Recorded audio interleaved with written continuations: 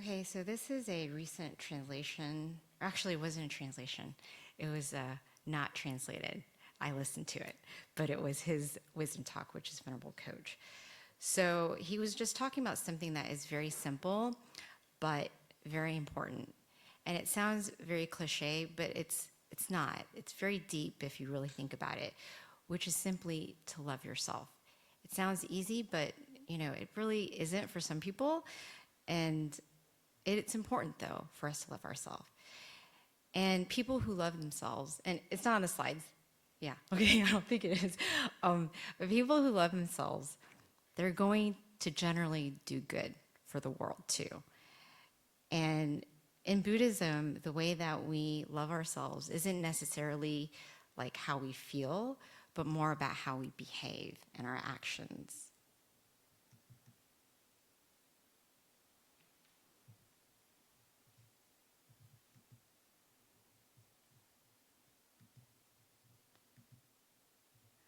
Okay, so you guys, I'm telling you the truth. What happened is like I'm looking at my notes and half of it's gone. So give me a second. All right.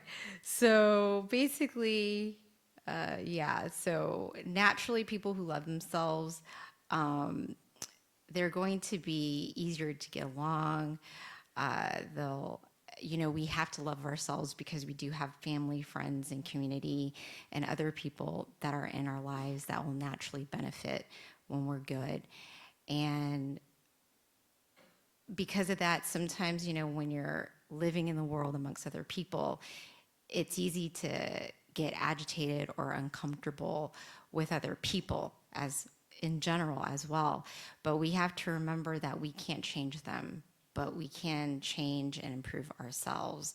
So it's not ever about other people. It's more about looking at yourself, because we can't try to fix other people. It's only going to lead to stress. It's going to create enemies, and, it's going to create tension with them as well. And then we also lose our peace when we are trying to change other people. So the focus should be on improving ourselves, and then everything else will be easier. Patience will grow, your understanding will deepen, and then you'll feel more comfortable around other people as well. And our great teacher, actually, Kunyai, mentioned that in a lifetime, if we can change one habit, one bad habit, then your life is worthwhile. So figure out what that one habit is that is within you that needs to be improved. And you're already making a huge improvement in your life just by doing that. So we don't have to be perfect. We just need to take small steps to become better. And then he mentioned something that I found very fascinating. I don't know if you guys know this yet, but if you do, then good for you. If you don't, then you're going to learn something new, which is something called assumptive thinking. And that's basically how you interpret situations. So an example, and I love this example, he was talking about someone who's in a race, a person who wins a silver medal versus someone who wins a bronze medal. And then the bronze medalist is going to be like, oh, I'm so happy I got a medal, versus the silver is going to wish that they got gold. So that's a good example. The situation didn't change, but the perception, how they perceived their expectations amongst themselves did. And in the end, the person who's going to be happier is the one who's just finds that happiness and finds that silver lining, which is that they just got a medal. So this is a good idea about just trying to learn more about yourself so that you can continue to improve yourself and help yourself feel better about any situation that you're in. So love yourself first, essentially. And one of the things that the Venerable talked about that I thought was really good too was a teaching that Kunyai gave, which is to build virtue. So build virtue when your merit is as big as a mountain. Obstacles will not affect you. Your goodness will shine. Build virtue, accumulate merit. If you do, you value yourself, and then one day your merit will bring you complete happiness and success. So it's simple yet profound. In the end, basically love yourself. This is going to protect your mind, and you're going to be able to cultivate good habits and fill your life with good deeds. So I thought that that was a good lesson, and I just wanted to share with you. And how it connects to the shadow self is, first of all, when you love yourself, when you know yourself, I think it's very powerful. And then you become your authentic self, which really what I wanted to talk about was the shadow self, but I felt like I only have 10 slides, so I need to kill more time. So that's why I wanted just to talk about this wisdom talk that the Venerable taught. So with the end of the year nearing and us going into 2026, I just thought that it would be really good for everyone to kind of start to kind of internalize and think about yourself and think about why you're here, why you continue to meditate. Many of you guys, I've seen you for many years, a long time, and some of you guys are newer, but in the end, we're all here to develop ourselves and to find our inner self, our inner awareness, is just to find more happiness. But with that, there's that strong connection of knowing yourself, the good and the bad, because when you know yourself, you're able to not get rid, but like learn about things that are not always so comfortable. And then you're able to kind of transcend over that and then just find more happiness, I feel. And that's why we come to meditate. Yeah, we come to meditate to find that inner happiness, but no matter what, we're complex people. We have many different sides to ourselves. So, when you learn more about yourself and then you realize there are things about yourself that you don't like, then acknowledging it, you can really like grow from it and just become better and happier. So I think the shadow self is very important. And I think that each one of us, you might not know because it's unconscious, but if you start to really pay attention to yourself and pay attention to your feelings and things that trigger you, you can kind of figure out, why am I feeling this way? Always ask yourself why. Even when you're happy, why am I happy? And then when you start to kind of see the dichotomy between the two, it just really helps you understand yourself more. And then when you understand yourself more, you just really love yourself. So yeah, back to loving yourself. There was a connection to all this. Okay, so the shadow self. So the shadow self, and this correlates to Buddhism too, because when we come to Buddhism, essentially, what is Buddhism? People might not always think about it, but what is Buddhism? Buddhism really is a study of the mind. Look at the Buddha. What is he doing? Meditating. This is amazing. I realized this not that long ago, like 2 months ago. I didn't even really connect the two. And when I did, I had that aha moment where I was like, any image of the Buddha, he's meditating. Buddhism equals meditation. It is meditating. If you're not meditating, then you're never going to understand the teachings of the Buddha. So yes, it really is. And what is meditating? Meditating is learning how to connect with yourself, learning to be more self-aware. So the shadow self in Buddhism helps you understand the hidden or suppressed parts of ourselves by simply meditating. The shadow arrives from the ego, fear, craving, and aversion. And Buddhism teaches us awareness, compassion, and non-attachment. So what is the shadow self? Essentially, it represents emotions and tendencies that we try to avoid or deny. So it's very similar to not even I feel like it's not, you don't even pay attention at all. And then one day, when you start asking yourself, this doesn't feel comfortable.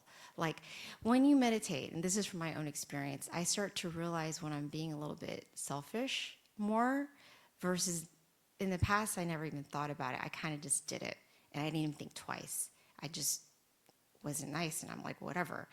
But now, when I do things that might hurt others, I kind of take a step back, and then I analyze myself more and ask myself, this didn't feel good, and then could I have done it different? So it's no longer just doing things and ignoring them. Like I actually will look at everything in the face and try to understand why am I feeling this way?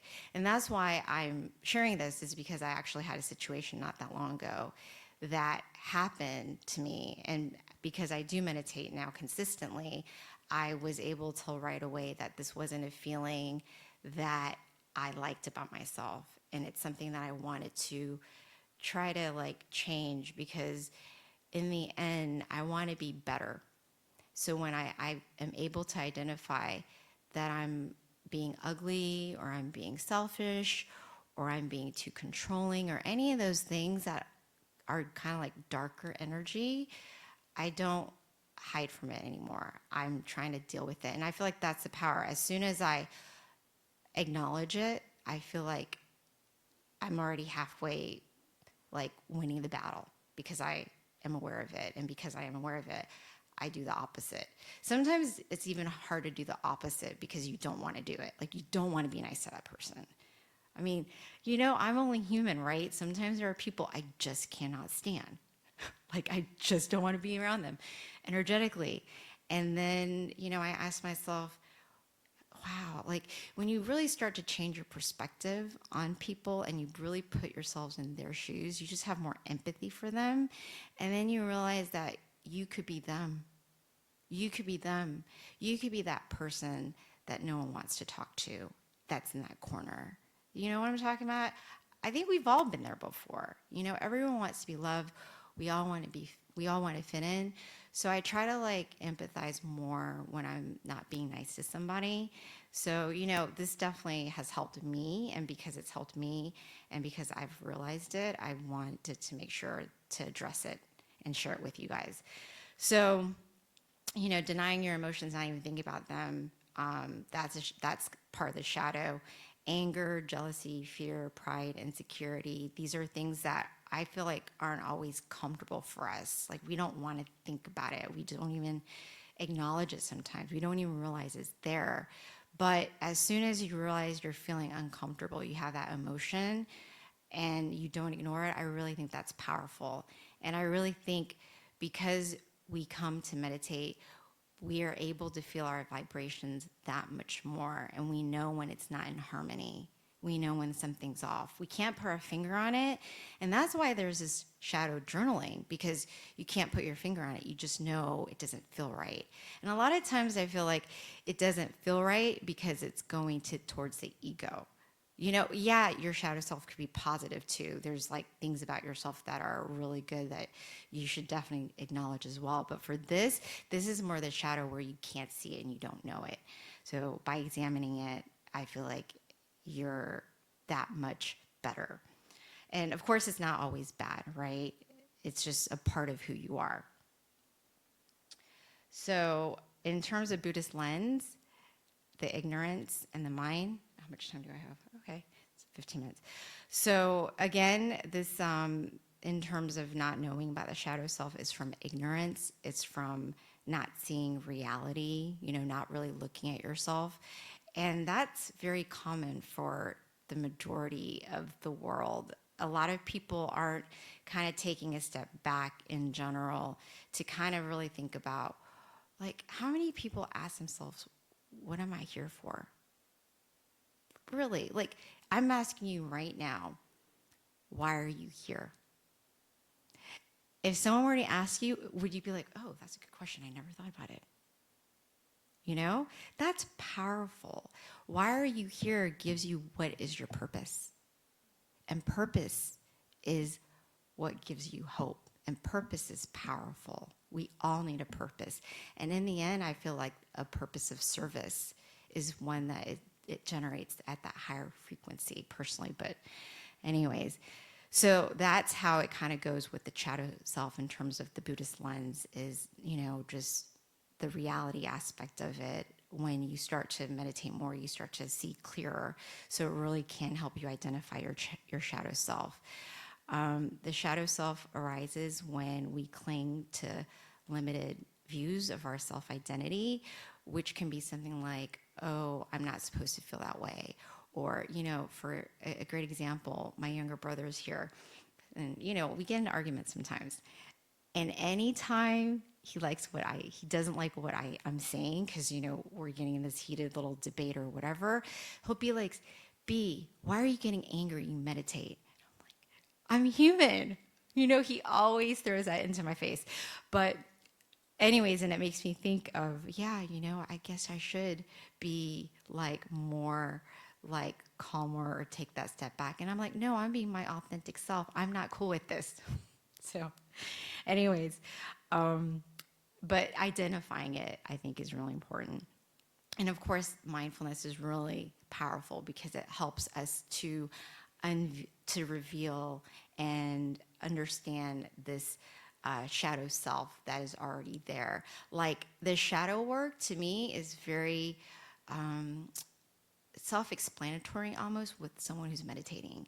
You read about this shadow self, you're like, I already know all this, because as a meditator, I'm already doing this work. I didn't know that there was a word for it, but it's pretty powerful when you realize that. But we're already doing it simply by like tuning in and understanding ourselves. And it is so powerful. In fact, I'm not deviating because this is really good.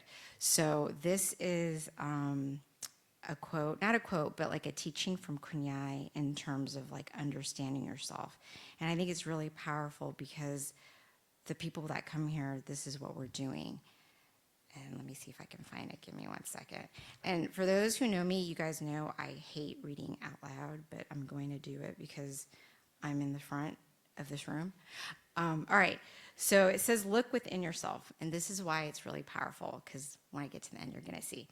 So our teacher, this is a book that we have. It's really good. It's just like the Pipa book that we generally read in our meditation circle.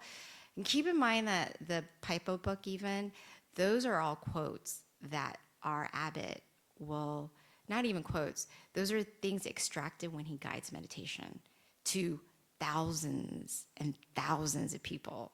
So, to me, I'm like, that's a superhuman ability right there. But so this is Kunyai.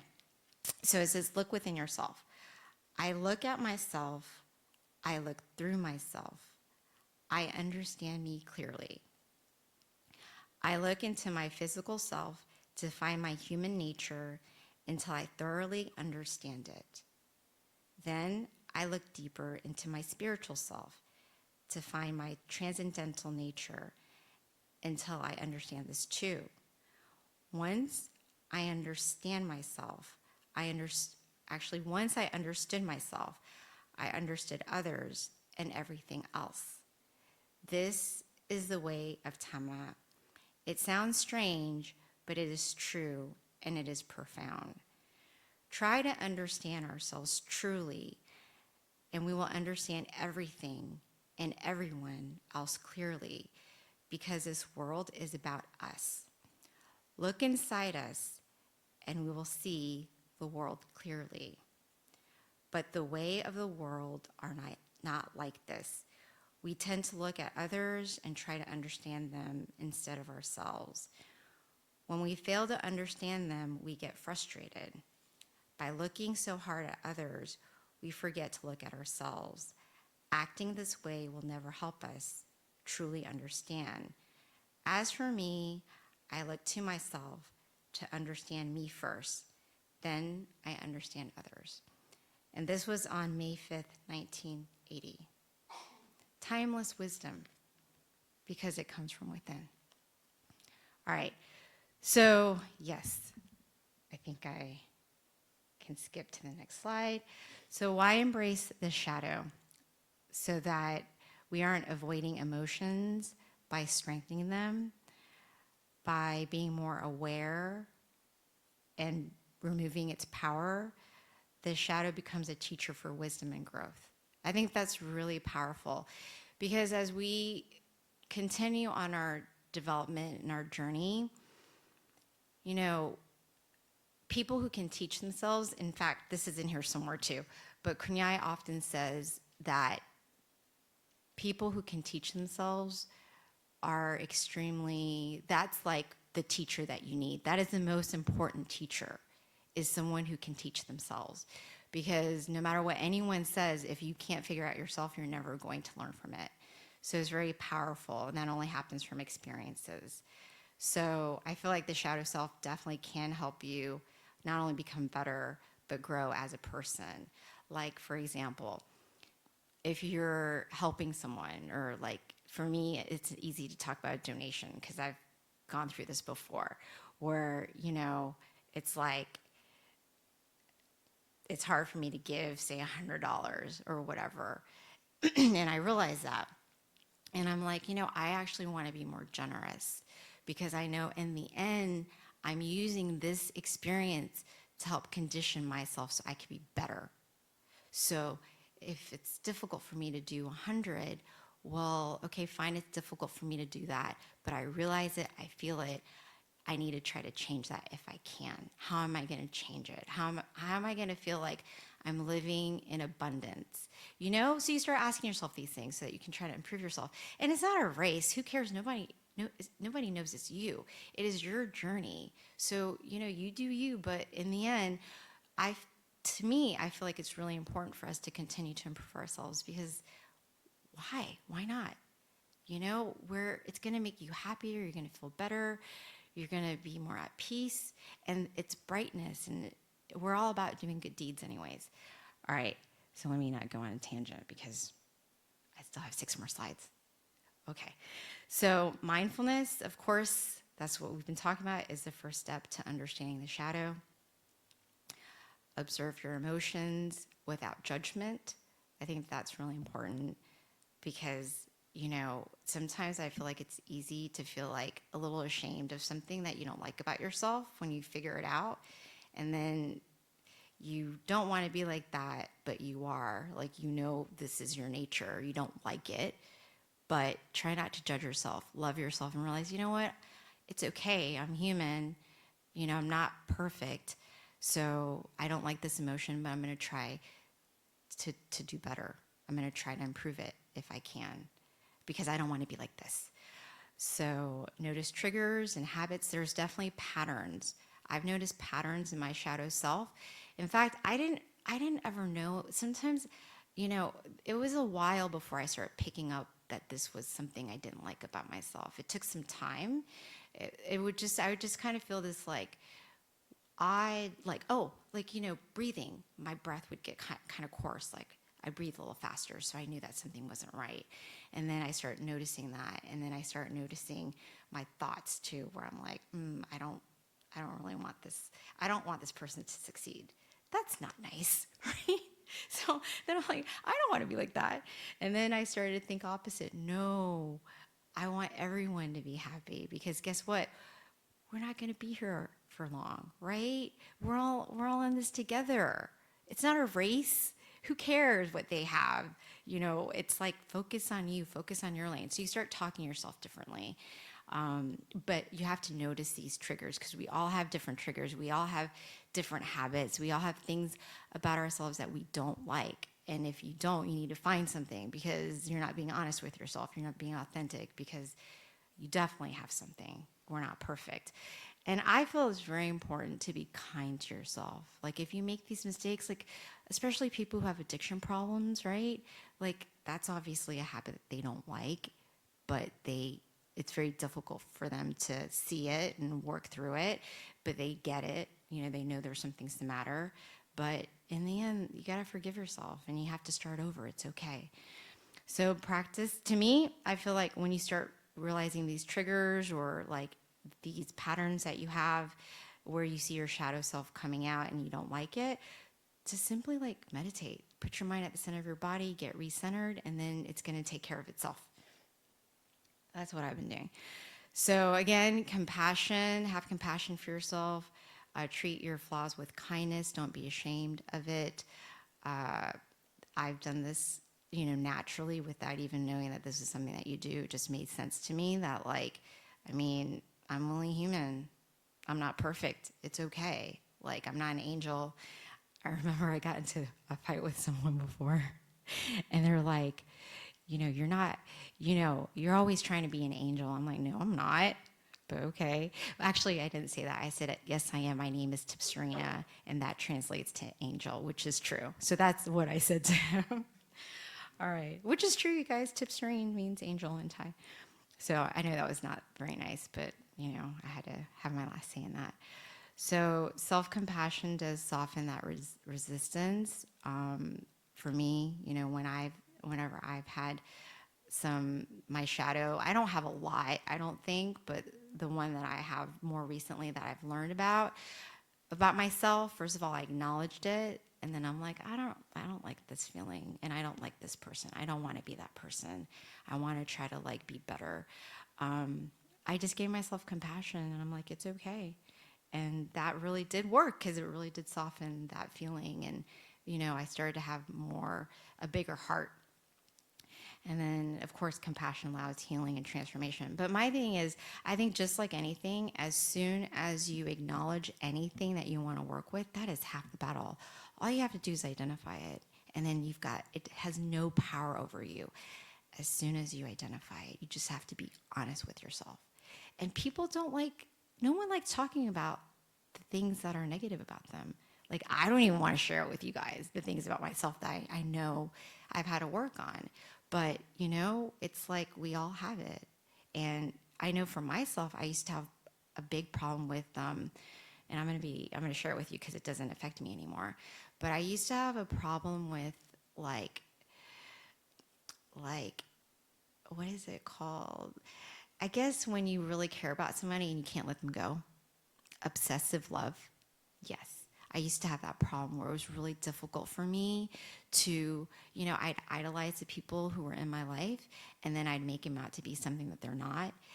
And then because of that, you end up having a lot more delusion because of it.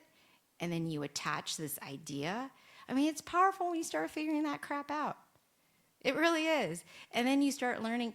And I have seen it because I experienced it, and because I meditate. I had to meditate through that. And that's a shadow self.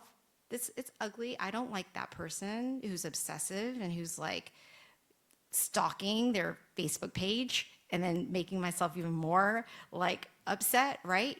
That does not serve me. But because I was honest with myself, I was able to break it. It had no power over me as soon as I knew what I was doing. It's so powerful. People don't want to like do the work, but if you do the work, you become that much better and that much stronger so you can help other people. Because now I always tell my friends, maybe that's why I'm single, I'm like, choose peace first. It's that easy. Choose peace first. Love yourself first. If you know this person is going to be a hot frying pan, why are you touching it? When are you going to learn? I've learned. So, yeah. All right. So, non-attachment, or the self, anatta. So another way to help yourself is don't identify with the shadow or push it away. Acknowledge it. See the emotions and let it pass by. Like, when I had that obsessive tendency, I'd had these like urges to want to connect with that person, and I just let it pass by. When I went through a divorce, I wanted to call my ex-husband so bad. I was in so much pain. I was aching so bad, but I just let it pass by. I just cried and cried for 6 months. I was going through a divorce. It's a divorce. It's a life transformational thing. You met my ex-husband. Maybe not. Okay, sorry. Someone did in here. Okay, maybe not. It was a long time ago, obviously. But yeah, like that worked. I just let the emotions go by, and then, it just went away. And that was the obsessive part too, by the way. So what did I say? Release the need to be perfect. Yeah. I mean, you don't have to be strong. It's okay to be weak. It's okay to cry every night. Don't be afraid of it. You don't have anything to be ashamed of. Do it if it helps you. In fact, you should do it, because when you do it, you're going to be that much stronger because you went through it. And that's important. All right. So using the shadow as a teacher. Of course, these are things for you to help yourself, right? What is this emotion trying to show me? I think that's really important. Is it trying to show me that I'm still really attached to my ego? Is it trying to show me that, like, I don't want somebody to be happier than myself? If that's the case, why? And then if that's why, then you start digging deeper. If that person wasn't around, how would I feel? I mean, you start thinking bigger, and then before you know it, you're like, this is so dumb. My ego is so dumb. I'm not going to let it take the best of me. Each reaction does reveal a condition or a belief or something in yourself that you need to work with and acknowledge and not run away from, ideally. Just, look it in the face. Don't be afraid of it. And use your introspection as your tool when you meditate. Use that as a tool. A lot of people journal to kind of find their shadow self as well, and it'll help them. Just journaling and trying to understand yourself more. And this is really powerful because, we're here to learn more about ourselves, I feel, because then you become your authentic self. And when you're your authentic self, you're your true self. And then that's when you're going to be the most happiest, I feel. Again, I think I already mentioned this somewhere. The shadow points to areas where we need to grow. Oh, okay, wow. Okay, so I didn't need that little intro then, obviously. So give me 5 more minutes. So practical Buddhist practices, meditate on difficult emotions. Don't be afraid of it. I do it all the time when I'm meditating. It's taken me a long time, but I do meditate almost an hour every day. Took me a bit to work up to that, but I'm there now. And yeah, I'll meditate on what I'm feeling. When I realize there's that shadow of something, whatever it is, I'll actually start looking at it in my meditation.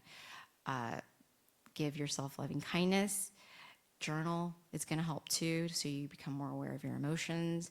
And then when you do realize you've got triggers or whatever, take that mental pause or reset, recenter. And then I like this. I came up with this really last minute, by the way, which is the 5 precepts and how it can help illuminate the shadow. You see how Buddhist teachings are so it goes in everything having to deal with the psychology, the mind. It's just so powerful. Once you start practicing not only Buddhist principles but meditation as well, it's you could be a therapist. It's pretty powerful. So in terms of the 5 precepts, no killing, in terms of what is going to expose. If you're someone who likes to I know no one here does, but if you are, right, and if you were trying to better yourself, you would realize that, whoa, I'm still angry, or I have hidden aggression. Someone who's lying often, this might be something that some of us still do, even as meditators, but you're denying something. What is it? You're fearful of something. What is it? You're deceiving yourself. Why? Right? No stealing. This is feeling insecure or wanting something that's not yours, feeling entitled. Why are you feeling that way? What is it satisfying for you to do that? If you are doing this, right? This is just understanding the shadow, if you were, and how to kind of contract or contradict it. No sexual misconduct would be unmet emotions. That would be the shadow self that is revealing. No intoxicants. To me, I feel running away is a big one. And when I learned that from Bill, and just through my own wisdom, that it does make sense. I had a friend who he lost his mother, and then 2 months later he lost his brother. And every time I saw him, he was wasted. He was never not. And my heart broke out to him. I wanted to help him because I knew he wasn't dealing with his emotions. In fact, I don't even know if he ever has, because he's always masking it by running away from it. And in the end, that doesn't serve you. That's why it's important to do work for yourself. And then essentially, by doing the work, you become a better person. It helps you just grow and understand yourself more. You become more whole and authentic. All right, done. Sorry, I didn't have any room for questions. I'm so sorry. I didn't think 10 slides was going to be enough, but I guess I have a tendency to ramble, so it was enough. And that's why I threw in the Venerable's teaching, because I wanted to focus. I liked his teaching because his teaching was more focused on love yourself. Love yourself first. Take care of yourself. Because I think when you take care of yourself, all this stuff naturally follows in terms of wanting to be better, wanting to go towards that light, wanting to accumulate good deeds for yourself. What does that mean? How do I do it?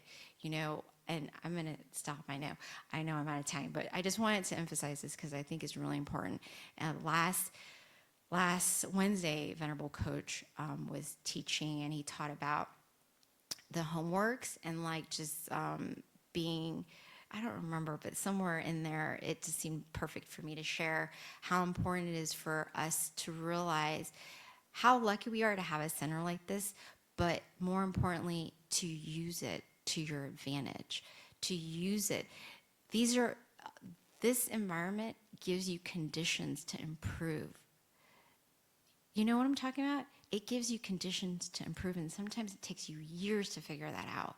But when you figure it out, you're like, it's very powerful, and you're like, wow, this is what they're talking about. This is the connection.